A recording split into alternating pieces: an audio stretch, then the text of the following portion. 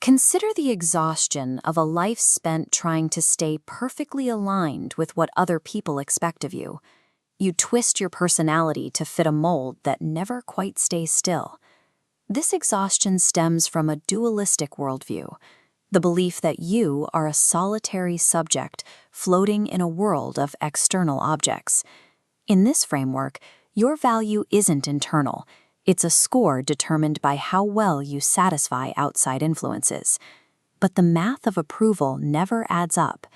You can commit every ounce of energy to winning someone over and still find yourself facing a cold, sharp rejection.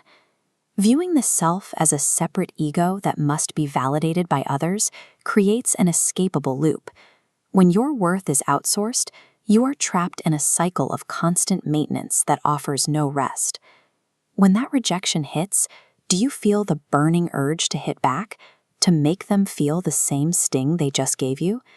There is an alternative to that reflex.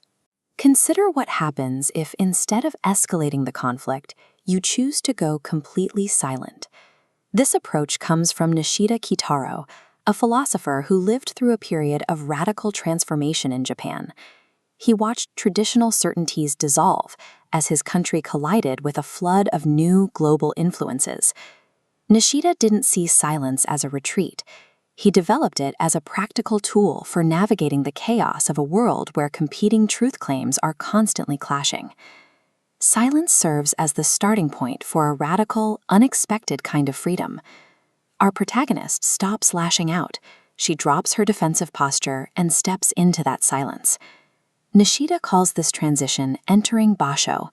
This isn't a physical room, but the dynamic field allowing experience to happen. Zooming out, you realize you aren't colliding in a vacuum. You both exist within a much larger, encompassing field. By embracing silence, she steps out of the narrow me versus you struggle and recognizes this wider context. Seeing your pain as one small event within a massive, interconnected field strips the conflict of its ability to paralyze you. This leads to Nishida's concept of mu, or absolute nothingness. Rather than a simple lack of things, mu is a generative space that allows reality to appear. This differs from being passive or simply ignoring someone. That is relative nothingness. Absolute nothingness is the background that makes all life possible. Like a mirror that reflects everything without being changed by the images it holds, this space allows us to see our circumstances clearly, without judgment. In this space, opposites exist in a contradictory unity.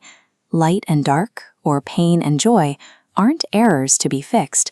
They are part of a dynamic tension that constitutes reality itself.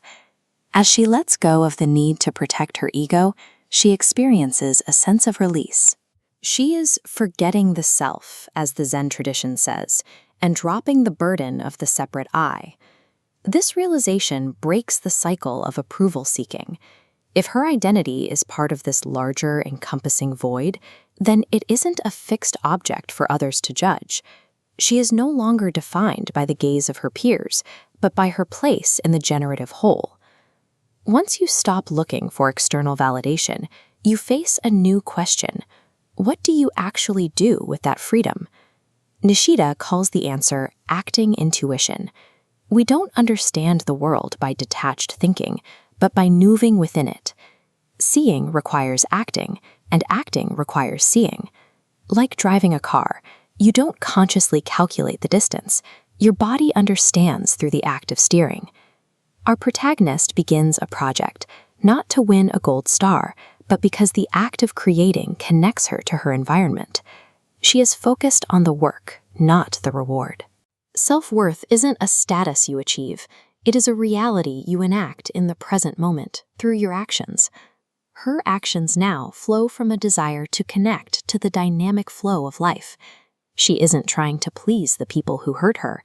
She is simply participating in the world. When you encounter deep conflict, the most powerful response isn't fighting for your ego's survival.